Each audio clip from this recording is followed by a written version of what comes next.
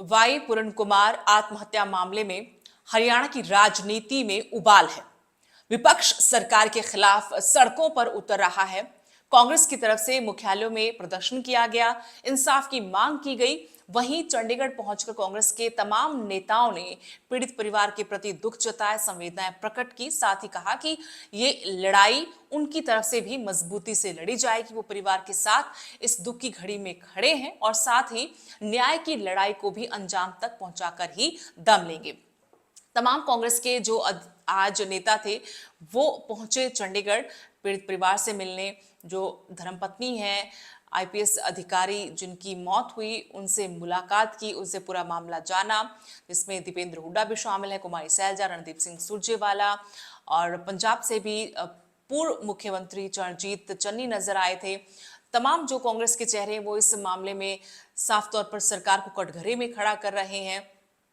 सरकार पर आरोप लगाए जा रहे हैं क्योंकि सरकार पर ये आज बड़ा आरोप लगा, प्रशासन पर, खासतौर पर चंडीगढ़ प्रशासन पर भी ये आरोप लगाया गया कि परिवार से पूछे बगैर ही जो शव था, जो पार्थिव देह थी, वो सेक्टर 16 हॉस्पिटल से पीजीआई भेज दी गई। परिवार की बिना परमिशन के शव का पोस्टमार्टम करवाने की कोशिश की गई। ये सरासर धक्काशाही थी परिवार के साथ। परिजनों की तरफ से मीडिया में आकर भी बयानबाजी हुई और कहा कि परिवार के साथ नाइंसाफी हो रही है, धक्केशाही की जा रही है। उनसे पूछे बगैर ही शव को वहां पर भिजवाया गया, पोस्टमार्टम करवाने की कोशिश की गई। उसके बाद जो चंडीगढ़ की एसएसपी हैं उन्होंने कहा कि परिवार की सहमति के बिना पोस्टमार्टम नहीं होगा, लेकिन इतना साफ है कि मीडिया का भी दबाव इस पूरे मामले में दिखा। उसके बाद हो सकता है कि पीछे कदम हटाने हो, लेकिन बॉडी को परिवार की अनुमति के बगैर सेक्टर 16 अस्पताल से पीजीआई चंडीगढ़ पहुंचाया गया।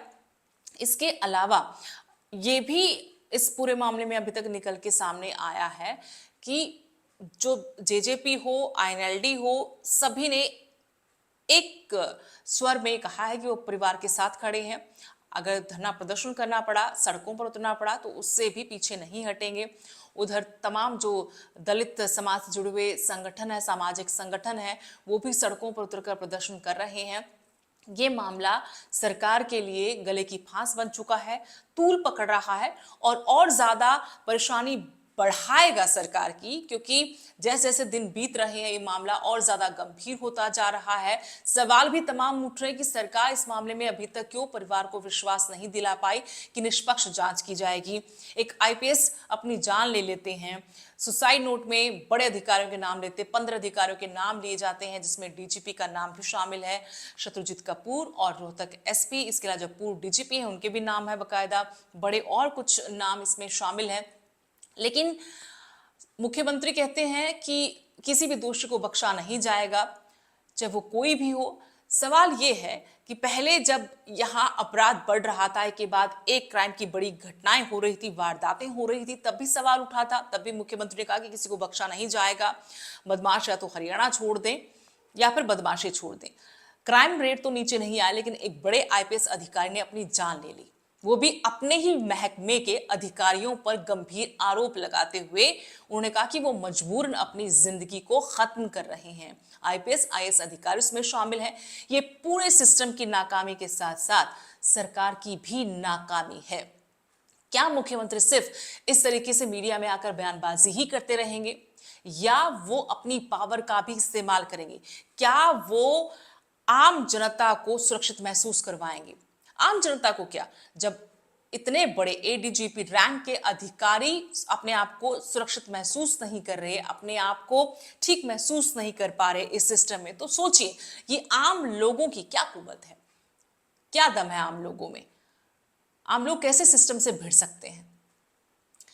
एक आईपीएस की धर्मपत्नी जो आज इस दुनिया में नहीं है, वो धर्मपत्नी, वो उनकी पत्नी आज सिस्टम से लड़ रही, उसी सिस्टम से जिसमें उसके पति, उनके पति और वो खुद सालों से मेहनत कर रहे हैं हरियाणा को मजबूत बनाने के लिए।